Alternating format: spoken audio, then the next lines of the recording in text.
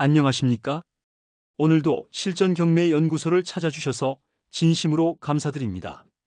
여러분, 오늘 소개해드릴 경매 물건은 부산광역시 중구 부평동 일가 11.25 번지에 위치한 지상 4층 규모의 근린생활시설 건물입니다. 이 건물은 부산 최대의 전통시장인 국제시장과 부평깡통시장의 정중앙 바로 그 핵심 골든라인 한가운데에 위치하고 있어 입지 하나만으로도 충분히 눈여겨볼 만한 물건입니다. 본격적인 분석에 앞서 저희 채널은 여러분들의 구독 한 번이 정말 큰 힘이 됩니다. 영상이 마음에 드셨다면 구독 버튼을 꼭 한번 눌러주시길 부탁드립니다. 좋아요와 구독, 그리고 알림 설정까지 해주신다면 더욱 정교하고 깊이 있는 분석으로 보답드리겠습니다. 그럼 지금부터 이 물건의 기본적인 정보를 말씀드리겠습니다. 이 물건은 2023 타경 5242호로 진행되는 사건이며 입찰은 2025년 5월 23일 금요일 오전 10시 부산지방법원 본원에서 열릴 예정입니다. 처음 이 건물의 감정가는 약 89억 7천만 원으로 책정되었지만 무려 6차 입찰까지 유찰되면서 현재 최저 입찰가는 약 21억 5천만 원까지 떨어졌습니다. 즉 감정가 대비 약 24% 수준, 거의 4분의 1 가격에 도전할 수 있는 매우 드문 기회의 물건입니다. 하지만 이 물건의 진짜 핵심은 단순히 가격이 저렴하다는 것이 아닙니다. 공유물 분할로 인해 경매에 나온 특수 물건이라는 점, 그리고 입지, 구조, 권리관계 모두에서 고민 없이 접근하면 안 되는 전략형 부동산이라는 점을 꼭 짚고 넘어가야 합니다. 오늘 분석에서는 이 물건의 입지, 건물 상태, 권리 분석, 그리고 수익성과 리스크, 투자 전략까지 총 7단계에 걸쳐 명확하고 실질적으로 풀어드리겠습니다. 끝까지 함께 시청해 주시고 중간중간 떠오르는 궁금한 점이 있으시다면 댓글이나 문의 연락을 통해 언제든 편하게 말씀해 주세요. 그럼 지금부터 입지와 상권 분석으로 이어가겠습니다.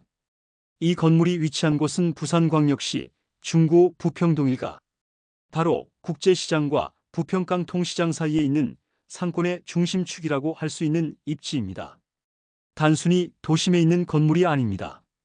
부산에서 가장 오래되고 강력한 상권 관광객과 지역 상인이 끊임없이 오가는 그 시장과 시장을 직접 연결하는 길목에 위치하고 있습니다. 국제시장은 연간 수백만 명의 방문객이 찾는 부산 대표 전통시장입니다. 관광객, 상인, 지역 주민까지 유동 인구가 하루 종일 끊이질 않는 곳이죠. 바로 그 옆에는 부평깡통시장이 있습니다. 이곳은 특히 야시장과 먹거리로 유명해서 밤 시간대 유동 인구까지 매우 활발한 곳입니다. 단순한 상권이 아니라 시간을 가리지 않고 사람들이 모이는 상권이라는 뜻입니다. 이 두 시장 사이를 연결하는 주 도로선 그 안쪽 중심에 바로 오늘의 건물이 자리하고 있습니다. 그 위치만으로도 이미 상당한 의미가 있다고 할 수 있습니다. 대중교통 접근성도 매우 뛰어납니다.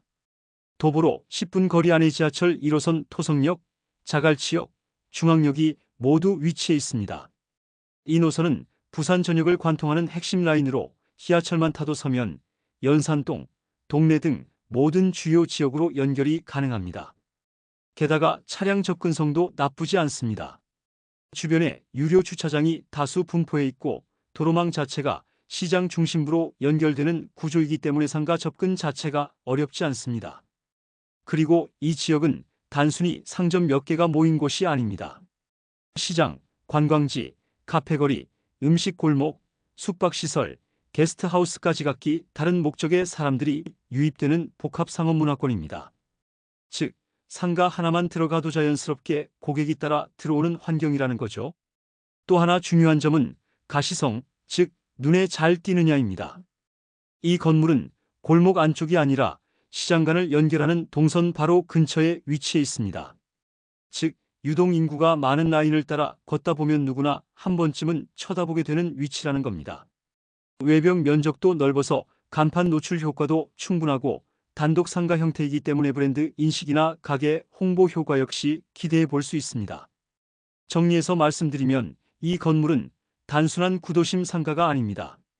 부산을 대표하는 전통 상권 한가운데 사람이 항상 흐르는 입지, 가시성 좋고 접근성 뛰어난 구조, 그리고 시장 연결축에 존재하는 독립 건물이라는 점에서 입지적으로는 흠잡을 데 없는 위치에 있다고 말씀드릴 수 있습니다. 그럼 지금부터 건물의 구조와 상태, 즉 이 상가 건물이 어떤 구성과 특징을 갖고 있는지 함께 살펴보겠습니다. 이 부평동 상가는 1992년에 준공된 철근 콘크리트조 4층 건물입니다. 단순한 주택 개조형 상가가 아니라 처음부터 상업용으로 계획된 전형적인 도시명 근린생활시설 구조를 가지고 있습니다. 대지 면적은 약 119평, 연면적은 약 347평 정도로 상가 단독 건물 중에서는 결코 작지 않은 상업시설로서 충분한 규모를 갖추고 있습니다.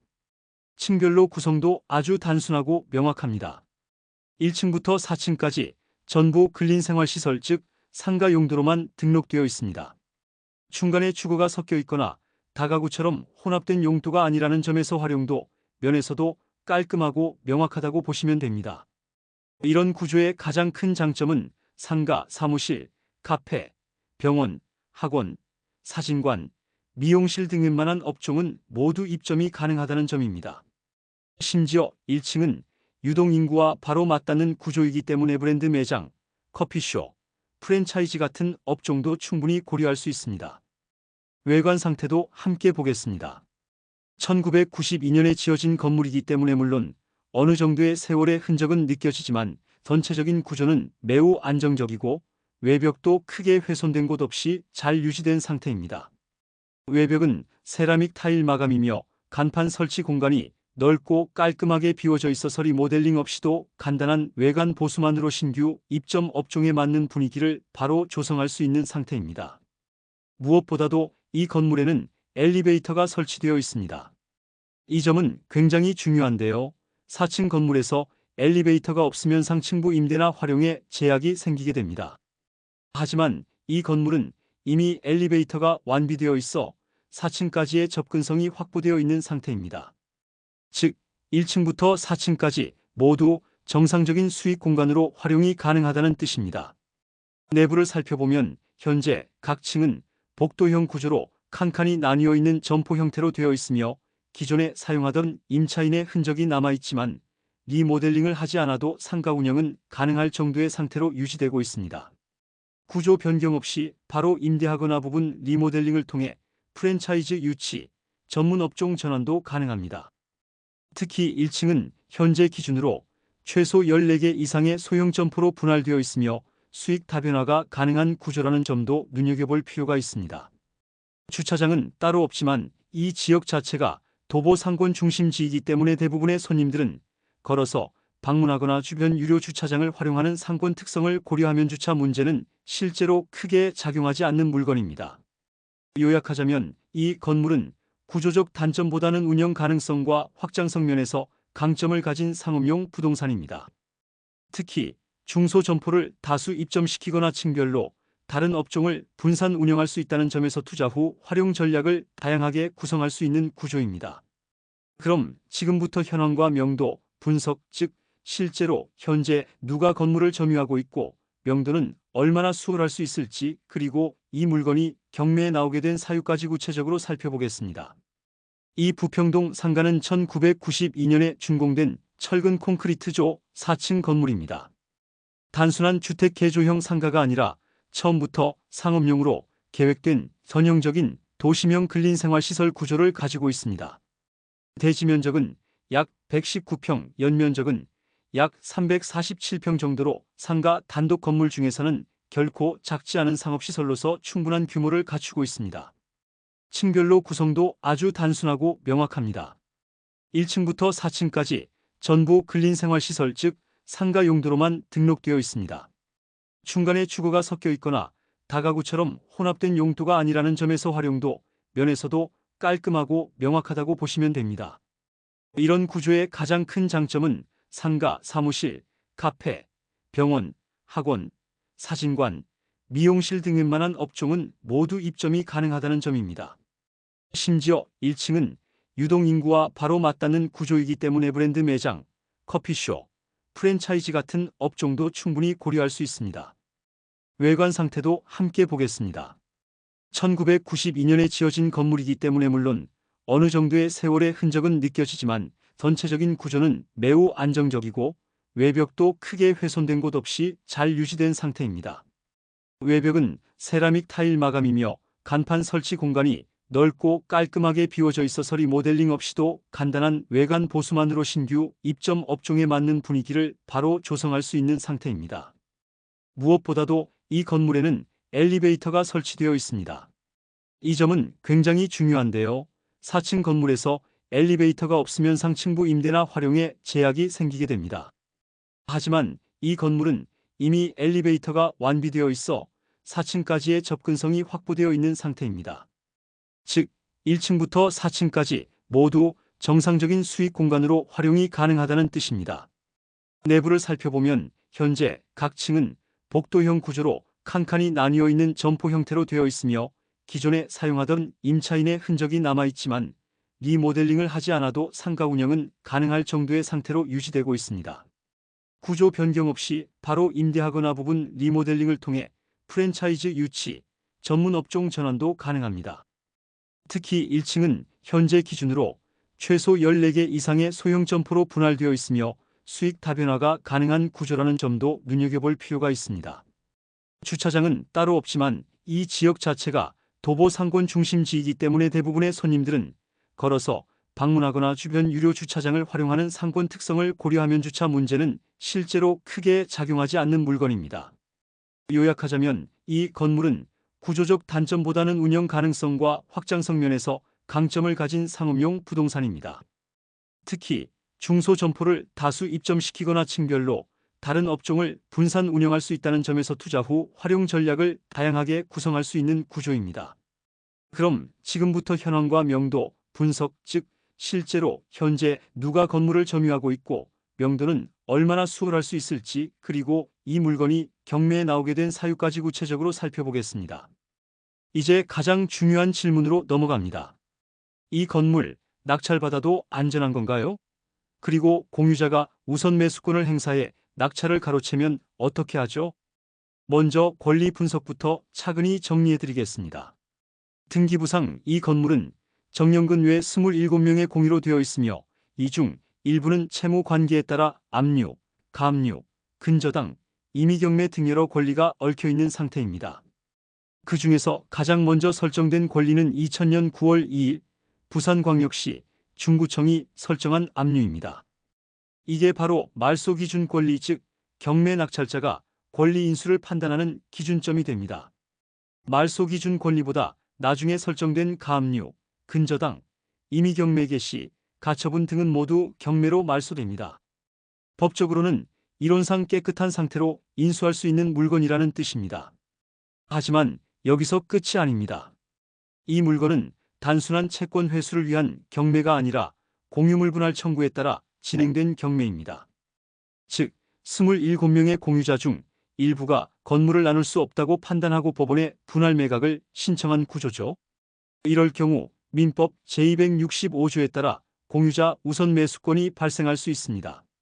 즉, 누군가 경매에서 최고가로 낙찰받았더라도 그와 같은 금액으로 다른 공유자가 우선 사겠다고 주장할 수 있는 권리입니다.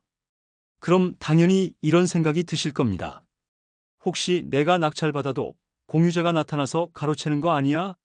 충분히 걱정하실 만한 부분입니다.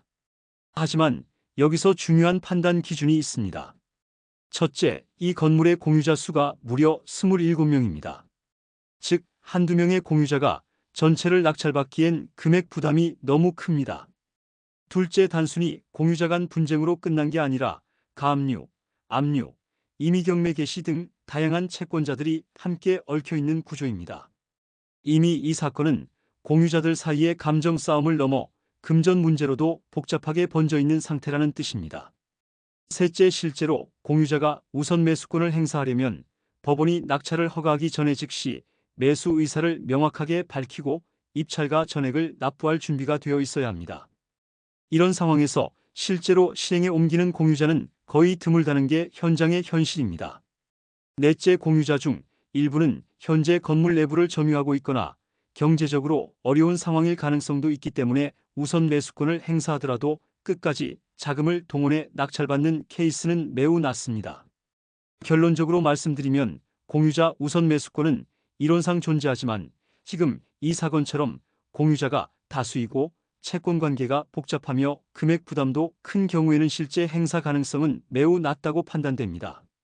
단, 혹시라도 예외적으로 공유자가 이 권리를 주장하고자 한다면 그에 맞는 절차적 대응을 사전에 준비해 두는 것이 필요합니다. 하지만 실전 투자에서는 이 정도 리스크는 오히려 낙찰 경쟁자가 줄어드는 요인으로 작용하기도 합니다. 다시 한번 요약해 드리겠습니다. 말소기준 권리는 구청 압류로 안전하게 설정되어 있고 그 이후 권리들은 모두 소멸 대상이며 점유자와의 명도만 해결된다면 법적 인수 부담은 없습니다. 공유자 우선 매수권은 존재하지만 실행 가능성은 낮고 실제 투자에선 큰 장애가 되지 않을 가능성이 높습니다. 그럼 지금부터 이 건물을 낙찰받았을 때 실제로 얼마를 벌 수 있을지 현실적인 수익 시뮬레이션을 통해 확인해 보겠습니다. 부산 중구 부평동 1가 11.25 번지에 위치한 4층 규모의 근린생활시설 경매 물건에 대해 70% 대출을 활용하는 시나리오를 기반으로 임대 수익 분석을 진행하겠습니다. 먼저 경매 최저가는 약 21억 5천만 원입니다. 이 중 70%에 해당하는 약 15억 500만 원을 대출받는다고 가정하면 실제로 투자자가 투입해야 하는 자금은 약 6억 4,500만 원이 됩니다. 이제 임대 수익을 살펴보겠습니다. 부산 중구 부평동 1가 인근의 상가 임대 시세를 조사한 결과 1층 상가는 전용 면적 약 15평 약 49.52 기준으로 보증금 3천만 원에 월세 170만 원 수준으로 형성되어 있습니다. 이를 바탕으로 해당 건물의 각 층을 유사한 조건으로 임대할 수 있다고 가정해 보겠습니다. 해당 건물의 1층부터 3층까지는 각 층당 약 113평 약 373.52의 면적을 가지고 있습니다. 이를 15평 단위로 나누면 한 층당 약 78개의 점포를 구성할 수 있습니다. 따라서 한 층에서 발생하는 월 임대 수익은 약 1,360만 원이 되며 3개 층을 모두 임대할 경우 총 월 임대 수익은 약 4,080만 원이 됩니다. 4층은 상대적으로 면적이 작고 사무실 용도로 활용되는 공간이기 때문에 이번 수익 분석에서는 제외하겠습니다. 이제 대출 이자를 고려해 보겠습니다. 대출금 약 15억 500만 원에 연 5%의 이자율을 적용하면 연간 이자는 약 7,525만 원이 되며 이를 월간으로 환산하면 약 627만 원의 이자 비용이 발생합니다. 따라서 월 임대 수익 약 4,080만 원에서 월 이자 비용 약 627만 원을 제외하면 순수익은 약 3,453만 원이 됩니다. 이를 연간으로 환산하면 약 4억 1,436만 원의 순수익을 기대할 수 있습니다. 이러한 분석을 통해 해당 경매 물건은 70% 대출을 활용하더라도 안정적인 수익을 기대할 수 있는 투자처로 판단됩니다. 다만 실제 임대 시세와 공실률, 관리 비용 등을 고려하여 보다 정확한 수익 분석이 필요할 것입니다. 여기까지 함께 오셨다면 이 물건이 단순한 도심 상가가 아니라 낙찰가 대비 가치가 크고 운영 전략에 따라 수익 폭이 크게 달라질 수 있는 기회형 부동산이라는 점 충분히 느끼셨을 겁니다. 하지만 이제 마지막으로 남은 결정은 이것입니다. 이 건물을 개인 명의로 낙찰받는 게 유리할까 아니면 법인 명의로 진행하는 게 맞을까? 자, 먼저 개인 명의로 진행했을 경우를 보겠습니다. 취득가를 22억 6천만 원으로 잡고 향후 시세 상승 없이도 법원 감정가 수준인 약 89억 7천만 원에 매각된다고 가정해 보겠습니다. 이 경우 양도 차익은 약 67억 원. 그런데 여기서 문제가 생깁니다. 개인 명의로 양도할 경우 이 수익에 대해 양도소득세와 지방소득세를 합쳐 약 33억 원 이상을 납부해야 합니다. 결국 내 손에 남는 순수익은 약 33억 34억 원 수준. 물론 적은 돈은 아닙니다. 하지만 같은 조건에서 법인 명의로 낙찰받았을 경우 그 그림이 완전히 달라집니다. 법인은 동일한 취득가와 동일한 매각가라고 하더라도 양도소득세 대신 법인세를 납부하게 됩니다. 통상 법인세율 22% 수준으로 적용되기 때문에 세금은 약 14억 7천만 원 수준. 즉, 내 손에 남는 순수익은 약 52억 원에 달하게 됩니다. 간단히 말하면 개인으로 투자하면 순수익이 33억, 법인으로 투자하면 순수익이 52억, 무려 19억 원의 차이가 나는 셈입니다. 물론 법인은 설립 비용과 회계 처리, 운영 관리에 번거로움이 있지만 이처럼 차익이 큰 투자에서는 그 수고가 충분히 감수할 만한 수준이라는 겁니다. 게다가 법인 명의로 운영하게 되면 직원 급여, 홍보비, 관리비, 심지어 내 월급까지도 모두 비용 처리 항목으로 잡을 수 있기 때문에 운영 과정에서도 합법적인 절세 전략이 가능합니다. 정리하겠습니다. 안정성과 단순한 구조를 원하신다면, 개인, 높은 수익과 전략적 운용을 원하신다면 법인, 그 차이는 분명합니다. 그리고 이 물건은 그 수익의 폭이 매우 크기 때문에 법인으로 접근하는 전략이 훨씬 유리하다고 판단됩니다.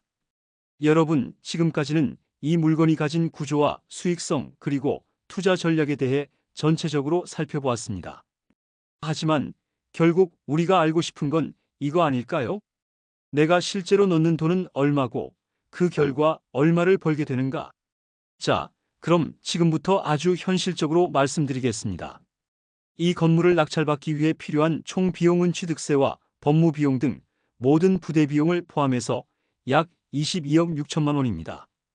하지만 여기서 은행 대출을 70%까지 받는다고 가정하면 내가 실제로 내 통장에서 꺼내야 하는 돈은 약 6억 8천만 원. 즉, 이 부동산을 사는데 내 진짜 돈은 6억 8천만 원뿐이라는 뜻입니다. 그럼 이제 매각을 했을 때의 이야기를 해보죠. 이 건물을 시세 상승 없이 그냥 법원 감정가인 89억 7천만 원에 팔았다고 가정해 보겠습니다. 여기서 은행에서 빌린 돈 15억 8천만 원을 상환하고 나면 내 손에 남는 금액은 약 73억 9천만 원입니다. 이제 이 금액에서 세금만 제외하면 실제로 내 것이 얼마인지가 나오는 거죠. 먼저 개인 명의로 이 물건을 낙찰받았다면 양도소득세와 지방소득세를 합쳐 약 33억 원 정도의 세금이 나옵니다. 그럼 내 손에 남는 순수익은 약 40억 9천만 원. 다시 말해 6억 8천만 원을 넣고 40억을 번다. 수익률로 따지면 약 600% 수준입니다. 자, 이번엔 법인 명의로 진행한 경우를 보겠습니다. 법인은 세금 체계가 다르죠. 양도소득세 대신 법인세가 약 22% 정도 적용되기 때문에 전체 수익 중 세금은 약 14억 7천만 원 수준. 그래서 실제로 남는 돈은 약 59억 2천만 원입니다. 집 같은 물건을 법인 명의로 낙찰받았을 때는 내 6억 8천만 원이 약 59억 원으로 불어난다는 뜻입니다. 수익률은 무려 약 870%에 달합니다. 정리하겠습니다. 개인으로 낙찰받으면 6억 8천만 원 투자해서 40억 9천만 원의 순수익. 법인으로 낙찰받으면 같은 돈으로 59억 원 넘게 수익을 얻는 구조입니다. 이걸 돈의 흐름으로 다시 표현하면 이렇습니다. 내가 6억 8천만 원을 넣었더니 법인으로 진행하면 59억이 되어 돌아오고 개인으로 해도 40억이 남는다. 단순히 임대에서 몇백만 원 버는 수준이 아니라 한 번의 시세 차익으로 수십억 원의 순수익이 가능한 구조. 이런 물건은 매물 자체보다 구조와 전략을 이해한 사람이 이기는 시장입니다. 여러분, 지금까지 부산 중구 부평동 일가 11-5번지 이 상가 건물에 대한 입지, 구조, 명도, 권리, 수익, 투자 전략까지 빠짐없이 살펴보았습니다.